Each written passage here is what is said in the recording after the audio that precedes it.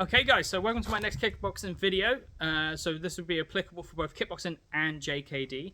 So we're going to look at two really basic punches, the jab and the cross. So just before we quickly do that, just for those who have never made a fist before, we're going to look at how to safely make a fist. So with my hand, I'm going to roll my fingers in and I'm going to put my thumb on top. So what I want to try and avoid doing, this happens quite a lot with people who've never punched before, they go thumbs in first and they put their fingers on top, but that's really going to hurt your thumb. So it's important that you roll your fingers in and then your thumb just sits on top there. And whenever I'm punching, no matter what punch I'm doing, I'm always aiming to hit with my two middle knuckles here.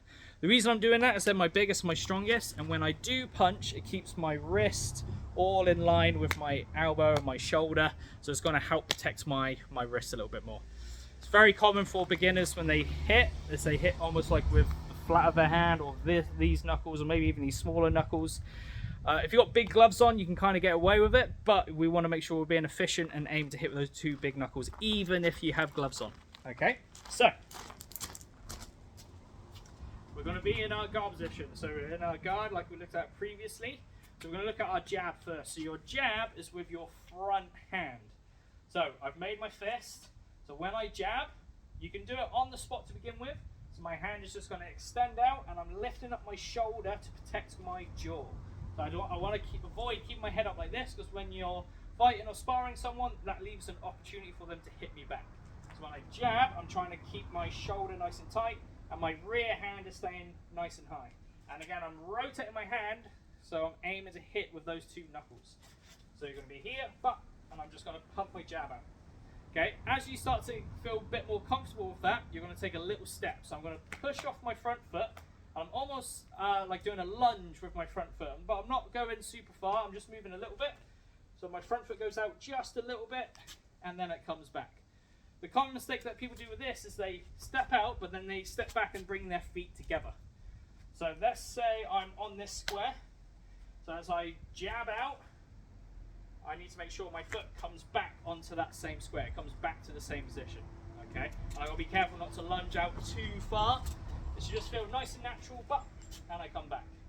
So I've made my fist, my hand goes out, bump, other hand is staying up, shoulder is up, and I come back. So that's my jab, which is the front hand. The second punch, which is the cross or the straight right. So it's still a straight punch, same principles apply. I've made my fist, still aiming to hit those two big knuckles. But to generate power for this one, it includes rotating through my back foot, my hips, and my shoulders. So I'm punching with my backhand now.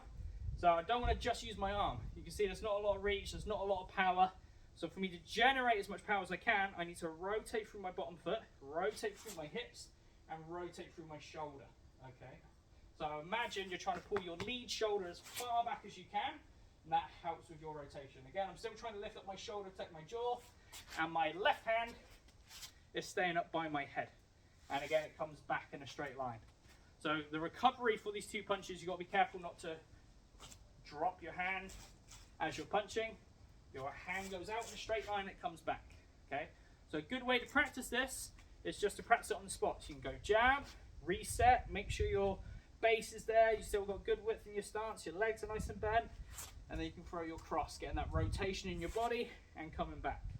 Jab, cross. And imagine you're like a sniper, so you want to look down in between those two knuckles there and cross. Okay, and as you start to get more confident with it, you can throw them together as a basic combination. Jab, cross, jab, cross, jab, cross. Okay, and then once you get confident with that, a good way to progress from that is to move around with the footwork we practiced earlier. You stop, 1, 2, move around a bit, 1, 2. Okay, so that's the jab and cross.